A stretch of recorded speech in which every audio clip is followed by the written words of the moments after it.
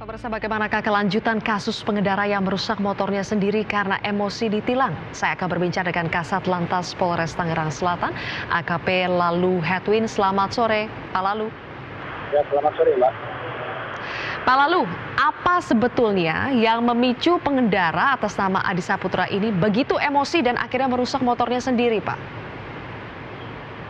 Pada saat kejadian memang kalau secara jelas kami belum mengetahui penyebab pasti kenapa pelanggar ini sampai sebegitu marahnya dan merusak kendaraan yang dipergunakan. Tetapi yang jelas pada saat itu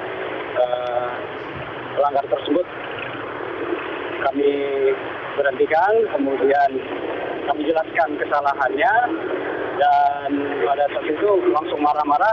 Kami pun bersama dengan rekan dari pelanggar tersebut berupaya untuk menenangkan pelanggar tersebut, Pak.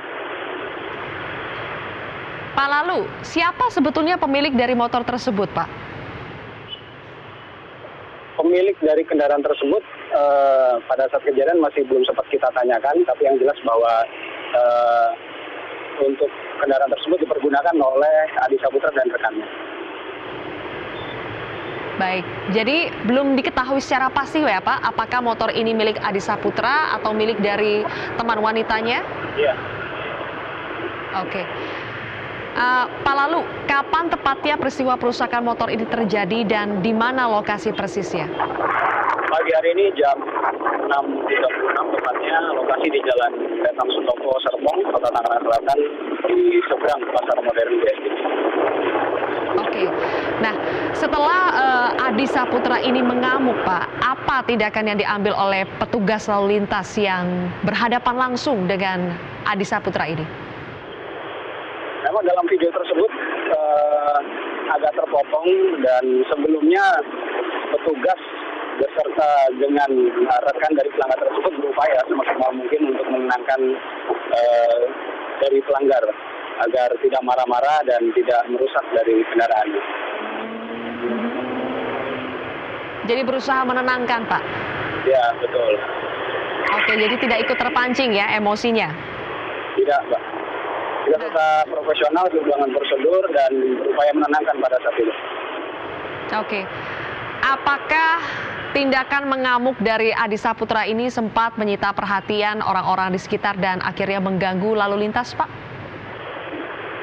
Pada saat kejadian memang cukup menyita perhatian. Di sekitar lokasi ada beberapa masyarakat yang melihat dan beberapa memvideokan. Akan tetapi untuk arus lalu lintas pada saat kejadian memang arus lalu lintas tidak terlalu padat sehingga tidak terganggu. Oke. Sekarang Pak, apakah yang bersangkutan ini sudah mengambil motornya? Sampai sekarang masih belum, dan kita masih berupaya untuk menghubungi yang bersangkutan dan menunggu untuk konfirmasi dari pelanggar tersebut. Kemudian apakah polisi lalu lintas sudah mengecek SIM dari pengendara ini, Pak, atas nama Adi Saputra, dan apakah betul akan dibekukan SIM-nya? Kita masih mencari untuk data tersebut, dan untuk tindakan kita masih akan kita pertimbangkan.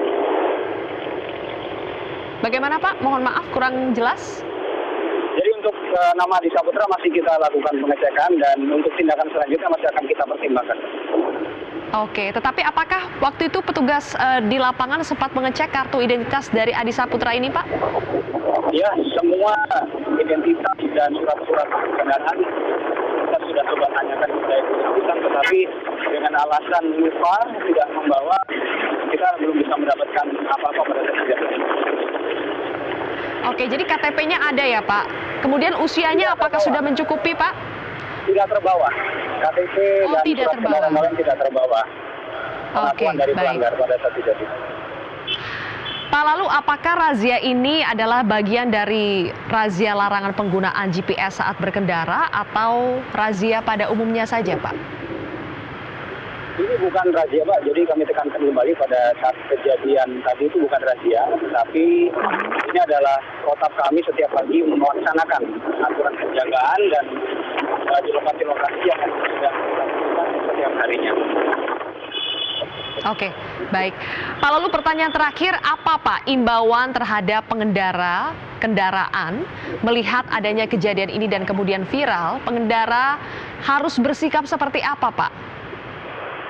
Baik, himbauan kami yang pertama untuk seluruh warga masyarakat agar mematuhi peraturan lalu lintas tentunya, karena tertib lalu lintas itu adalah untuk kepentingan keselamatan pribadi dan untuk kepentingan keselamatan orang lain sesama pengguna jalan, baik itu pejalan kaki maupun pengguna kendaraan. Dan yang kedua, apabila mengenai masalah tilang ini tidak perlu menjadi suatu hal yang menakutkan karena mekanisme penyelesaian pelanggaran tilang ini sudah semakin baik dan semakin cepat.